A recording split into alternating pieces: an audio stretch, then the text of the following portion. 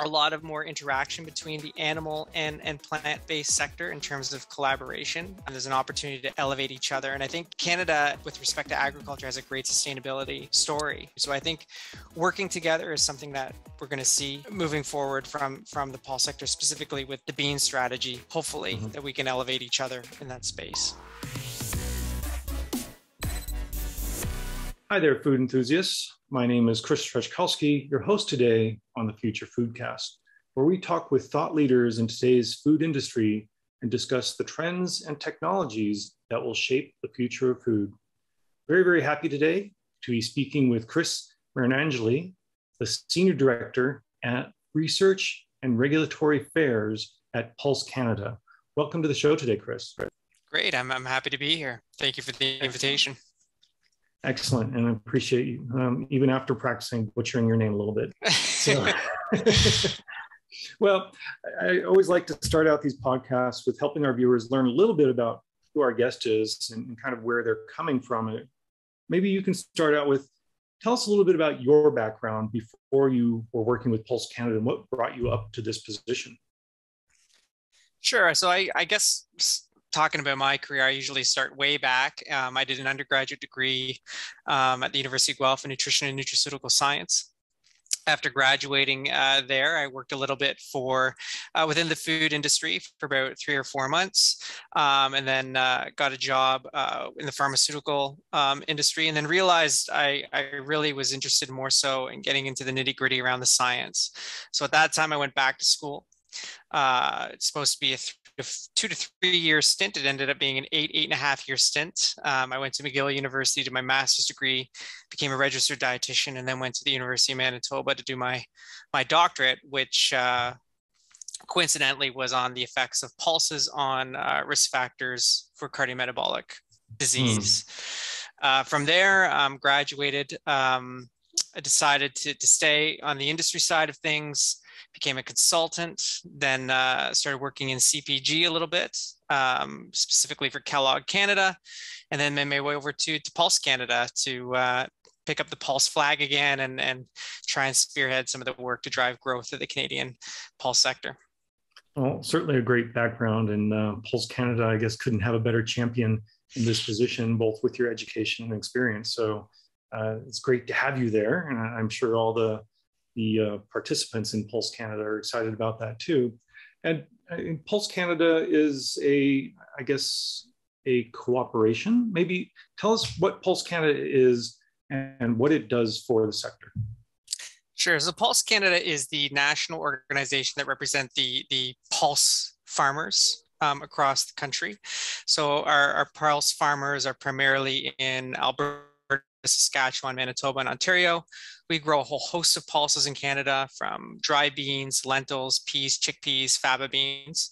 So our job and our mandate is really to grow the Canadian pulse sector, representing the farmers, driving value not only in Canada, but internationally around the pulse and pulse products that Canada can provide domestically and around the world.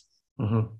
So it's fair to say that in this position, Pulse Canada also has a pretty, not only a clear view, but also a mandate to see what's happening in the future of pulse production and consumption, and I guess try and help your stakeholders forward in that process. I wonder, maybe we can talk a little bit about some of the key areas of activity that Pulse Canada has, and maybe some of those that you in particular are involved with in helping your stakeholders. Yeah, so multiple pillars at play here, as with any other, I think, national organization in the agricultural community. So we'll focus on trials and studies and research to leverage new opportunities for the pulse sector in various platforms. So that could be something like functionality assessments of pulses and Canadian pulses and various food platforms, possibly in a fairly unprocessed form, like a flour, but even into like a protein fraction or a fiber fraction of various food platforms in bakery and dairy alternatives, for example, even meat analogs. On the other side of things, it could be research effects on health outcomes and cardiometabolic disease and protein quality of the diet. Pulses are getting a lot of attention around the world as there's a global movement around consuming more plant protein. Even in Canada's food guide, for example, there's a push towards consuming plant protein more often. So how does this affect the diet? What are some of the benefits of increasing the utilization of pulses in the context of dietary patterns? And then on the other side of things, regulatory challenges. Regulatory challenges can occur domestically as well as internationally. It could be a market access issue. It could be addressing queries from our trade partners, for example, on international regulations and how to navigate, say, labeling in a specific jurisdiction. So we'll do things like regulatory experimentation, assessments of protein quality in the context of dietary patterns, evaluation of nomenclature and the effects of, I think, labeling, or whether or not labeling can impact purchase behavior, and even allergen labeling in Canada and other regions. And then we'll support the development of novel or innovative utilization of pulses. With increased utilization of things like protein isolates, there could be byproducts like starch. So are there other uses outside of food that the pulse sector can leverage as a value add? So bioplastics, for example, could be something that could be of value to the pulse sector as the fractionation industry gains momentum. Interesting. I actually like to come back to that and ask about it. And as we look at a traditional food supply chain and how there may be other products other than food that stem out of that. But you've touched on and actually talked a lot about certainly a very important trend that's happening these days, which is more plant-based foods. And of course, pulses as strong sort of vector for protein other than animal protein have been central in a lot of these discussions. And it sounds like Pulse Canada is really working across the full spectrum of ways to support the sector, everything from basic scientific studies on, I guess the protein values, et cetera, of pulses, all the way up to regulatory factors that are helping or hindering Canadian pulse producers domestically and globally. Do you see that this trend, which is, I guess, really a global trend toward plant-based eating, has that impacted the pulse sector significantly in Canada? And if so, how? I think it's garnered a lot of interest in pulses, something that we haven't really seen to the same extent over the last few years. But this push from about 5 years ago till present, I'd say, around consuming more plant protein has really driven a lot of interest in the pulse sector and the ingredients that the pulse sector can offer to consumers. So yeah, obviously it's something that we're excited about. But I would say that when we approach increasing consumption of plant foods, we don't approach it from the perspective of one or the other, so animal versus plant. We sort of align our view around there's enough room for everybody on the plate. The expectation that everybody's become a vegetarian or a vegan is probably be limited to our sector, at least in the short term. So there's enough room on the plate for everybody to play. There's enough room on the plate for pulses to elevate the animal protein sector and vice versa. And I think it really is alignment with dietary guidelines, not only in Canada and around the world. Right. Okay. Great background there. And I'd like to talk a little bit more about some of the initiatives that you and I discussed before this podcast. One of them we really didn't dig into too much, but you mentioned a strategy called the bean strategy. And I'm wondering if you can tell us more about that and why it's important to Pulse Canada. Yeah, it's really interesting. So Canada is a fairly large producer of dry beans. It's something that a lot of Canadians don't realize, but we're about 13th in the world, which might seem like a low number, but it's about 500,000 tons of dry beans in Canada. 80 to 90% are exported. And given the familiarity around dry beans, we do see this as a fairly large opportunity to increase consumption domestically. So the key focus of that strategy is really to grow domestic consumption of dry beans. And in 2021, we conducted a large nationally representative investigation to decipher the equity of Canadian beans and what the equity of Canadian beans is right now to consumers. So this was really to determine what are the key and hidden drivers around the consumption and what are the levers that we could pull on the consumer side of things to drive consumption. Mm-hmm. So, it was surprising to me to learn that so much of the pulse production in Canada is exported.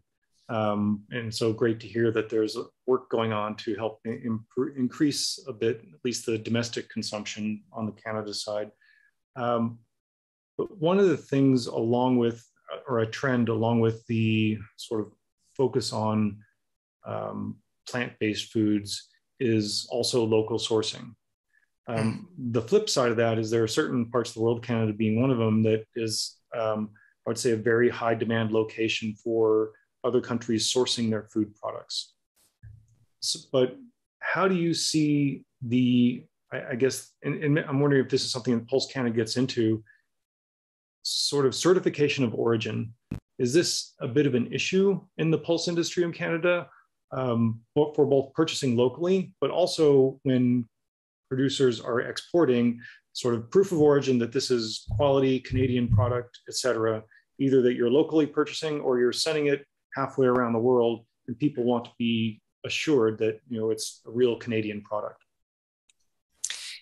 From what I've heard, like I don't work in market access directly. So, but from what I've heard, talking to some traders, for example, and being at conferences with international traders, that there is equity in the Canadian food supply chain. So there is equity internationally that around Canadian and the quality of Canadian food. What we've seen domestically is the same thing. So for example, in our bean equity study, 85% of Canadians value Canadian local food. The problem is that less than 60% of Canadians, I think in some cases even lower depending on the region, don't realize that beans are actually grown in Canada. And what we're trying to leverage in this regard a little bit on the domestic side is having Canadians look for that product of Canada, really highlighting the Canadian piece in our consumer outreach, talking to chefs, talking to retail, talking directly to consumers across various platforms. But there is certainly equity and value in that Canadian certification and product and origin labeling, which we do see. And from a regulatory perspective, it's typical that you would see origin labeling on a label. Do you, and maybe this is out of scope for Pulse Canada, but do you see challenges in that origin labeling in terms of trust and transparency of what people are reading on the label? For example, we hear about this a lot with the organic labeling, that maybe a lot of people want to buy organic, but people end up scratching their head, is what I'm picking up really organic or not? Are there any ways that Pulse Canada is helping with that origin labeling for Canadian pulses? So for Canadian pulses, my familiarity in this area really comes from the domestic space. So to make a claim around product of Canada within guidelines from Agriculture, Agri-Food Canada, there are guidelines to make that designation, which be legally binding. So I believe it's greater than 95, I want to say 98% of the product has to be Canadian to be product of Canada. To be made in Canada, you can use products from various sources to be, if it's essentially manufactured in Canada. But there are mandates and laws and rules around product of Canada domestically, and that's what I'm familiar with. Yeah. It was just yesterday, I was talking with a person from the Compass Group. It's a large organization that basically, they feed universities and large businesses across North America. And the person I was talking with there was from the sustainability, her job was sustainability, and was mentioning that, say, 75% of her work is consumer driven, asking for aspects of sustainability like local production. So it sounds like that's, there's a great opportunity for pulse producers to tap into that demand from people in North America and Canada specifically. I wanted to also ask a little bit more about your thoughts and experience on consumer interests and trends in nutrition and health. I think every 10 years, people think that, oh, there's now a trend in healthy food. Well, my suspicion is that trend's been going on for millennia, but it is a bit refreshed and renewed. And pulses certainly have a great opportunity for bringing more nutritional benefit to people and improving their health. How does Pulse Canada support consumer knowledge and understanding of what pulses can bring to them with for nutrition and health? Yeah, so nutrition and health is and continues to be a major driver, I would say, of the reason to believe in the utilization of pulses and food choices. With respect to the work that we'll do in the space, we will, as I mentioned before, will participate, fund, get involved, plan trials and studies to decipher the effects of pulses on cardiometabolic disease risk factors. We are able to leverage things like Canada's food guide and dietary guidelines from around the world, where there's emphasis on plant protein foods, which are often also a source of fiber. Diets high in fiber associated with reduced risk of colorectal cancer, cardiovascular disease, type 2 diabetes. And then I think the great thing about pulses really is the versatility. We always talk about now, because of the trend around plant protein, it's protein, but we forget about the fact that there's a massive fiber gap in terms of individuals not meeting fiber requirements, for example. Right. So, consuming pulses as a source of plant protein could also drive your fiber consumption up. And then there's the other nutrient density factors around, say, potassium and iron and folate amongst various age and sex groups are a little bit low on the consumption side. So we'll get involved in those aspects, not only from a research perspective to drive new ideas and new sound bites as a promotional strategy, perhaps fill knowledge gaps for policy, but also leverage that work in our communication and our outreach to various audiences. Yeah, I think it's really a great opportunity for people to learn more about that, and good to hear that Pulse Canada is supporting that marketing outreach. With such a focus on local sourcing now, and we just think about North America. I mean, obviously, Canada produces enough pulses to feed all of North America, essentially, in terms of their pulse consumption on an annual basis. But even myself, I have a great interest in this. And frankly, up until the last year or two, I didn't realize that Canada was such a large producer of pulses, and it's now part of my job to know that. So really happy to see that happening.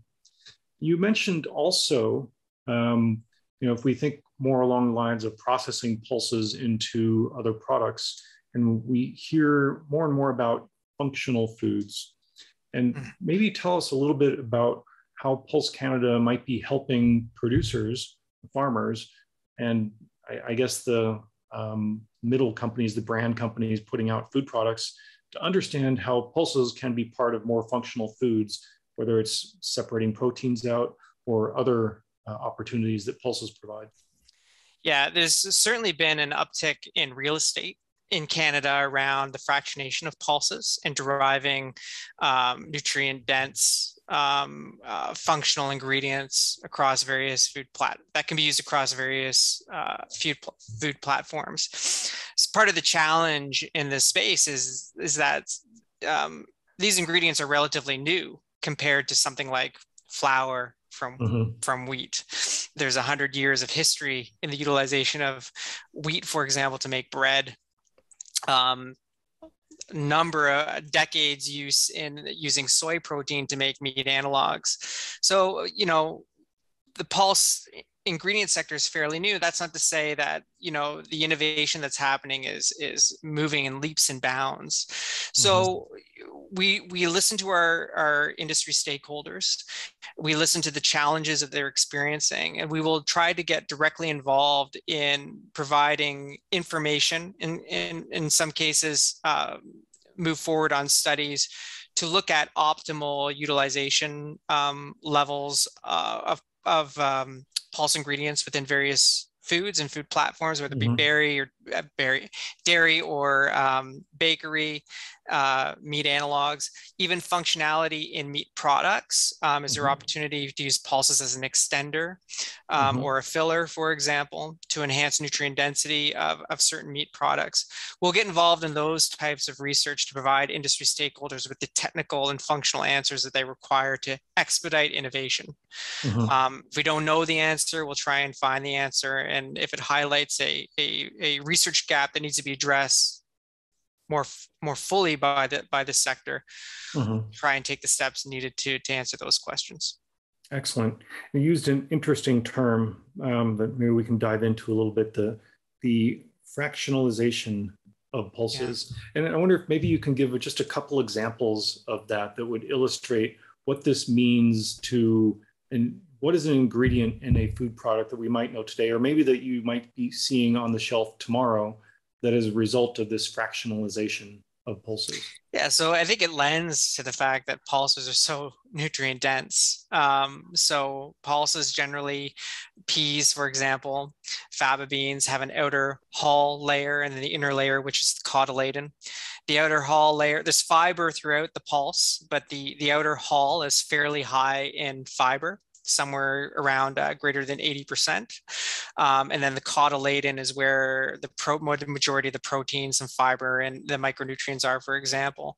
And through various processing steps, whether it be dehulling to isolate the outer hull as a fiber type ingredient, you can also fractionate the inner hull through air classification or wet extraction methods to pull out that protein and make a high protein ingredient to be used in various food platforms, which can have various functions like foaming capability, viscosity.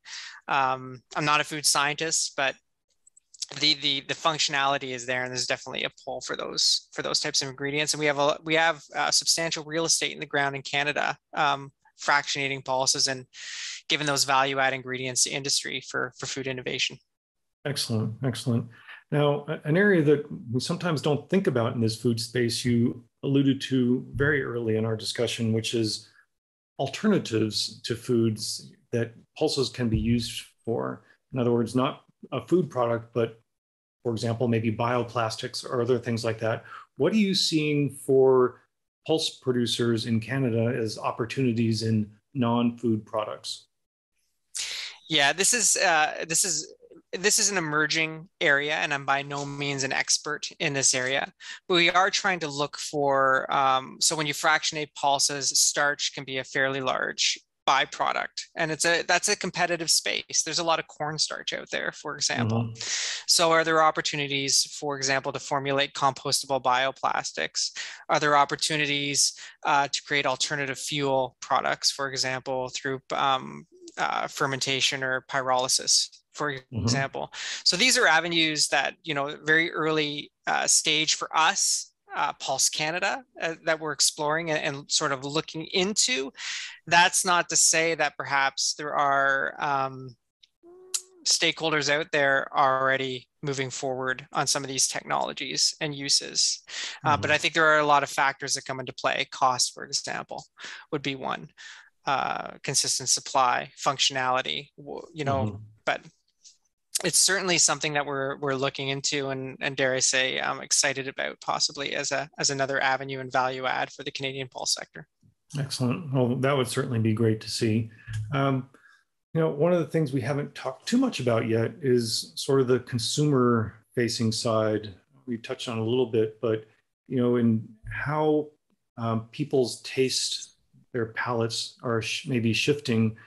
Certainly because of different types of food on the market, but I think Pulse Canada has obviously a particular interest in helping people to better appreciate pulses in their diet. And can you tell us a little bit more about how you might be supporting that, if you will, expansion of people's taste palates that would support more consumption of pulses? Yeah, that's an interesting question, because most Canadians would know of beans. For example, I'm going to speak to the bean strategy, for example, as an example, just because of the familiarity there and because it's a major consumer focus right now.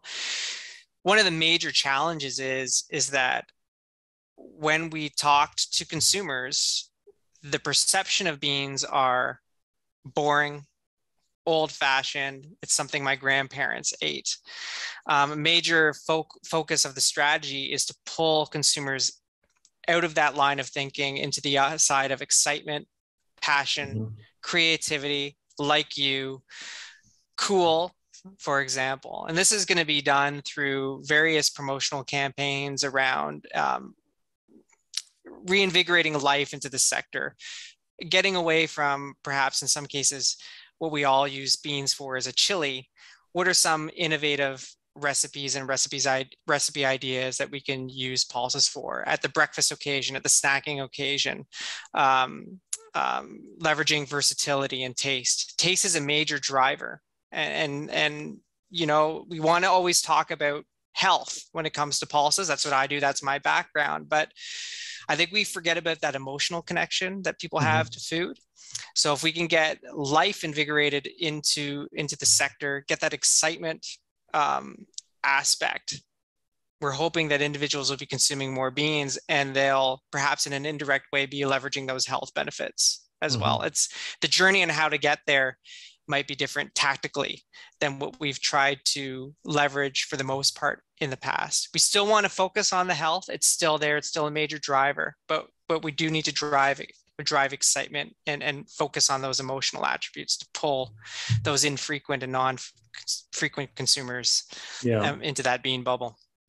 I know you're not tasked with on the marketing side too much, but maybe sort of leveraging some of that experience and knowledge that is kind of flows around you in your organization. It strikes me that, you know, I wonder if, you know, as Canada becomes a much more multicultural country, a lot of immigration, do you see that as part of what might be driving consumption of pulses, beans, et cetera?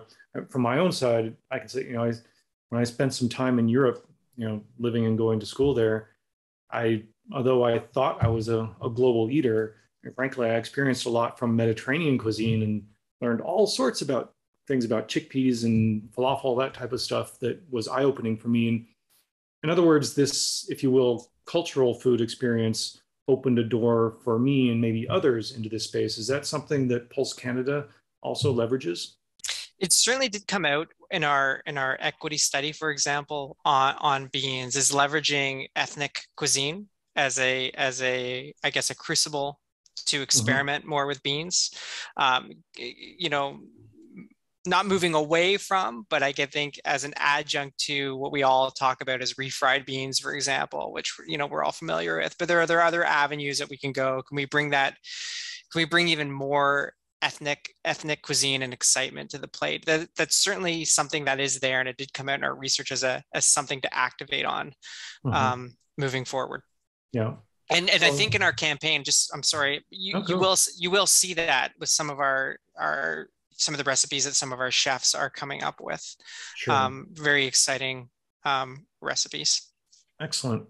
Well, there's no doubt that given trends right now that seem like they have a lot of future potential in terms of more plant-focused eating, seeking proteins in plants, there is a very bright future for increasing consumption in pulses.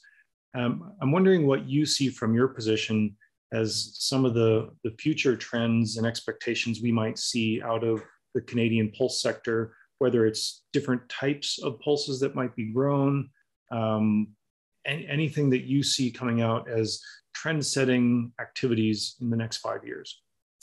Yeah, I think we see a lot of interest in faba beans, for example, which traditionally or historically has been a fairly minor pulse crop in Canada, but given its very high protein content, we are seeing an uptick in faba bean production in Canada. I think we're going to see a lot of more interaction between the animal and plant-based sector in terms of collaboration. I know I speak for myself. There's room for everybody on the plate, and there's an opportunity to elevate each other. And I think Canada, if we talk about sustainability, for example, Canada, in terms of with respect to agriculture, has a great sustainability story. And I think Canadians take a lot of pride in consuming Canadian food. So I think working together is something that we're going to see on moving forward from the pulse sector, specifically with the bean strategy. Hopefully that we can elevate each other in that space. Yeah. Well, it's a great point that you've made importantly several times in our discussion, which is, as you phrase it, there's room on the plate for everyone.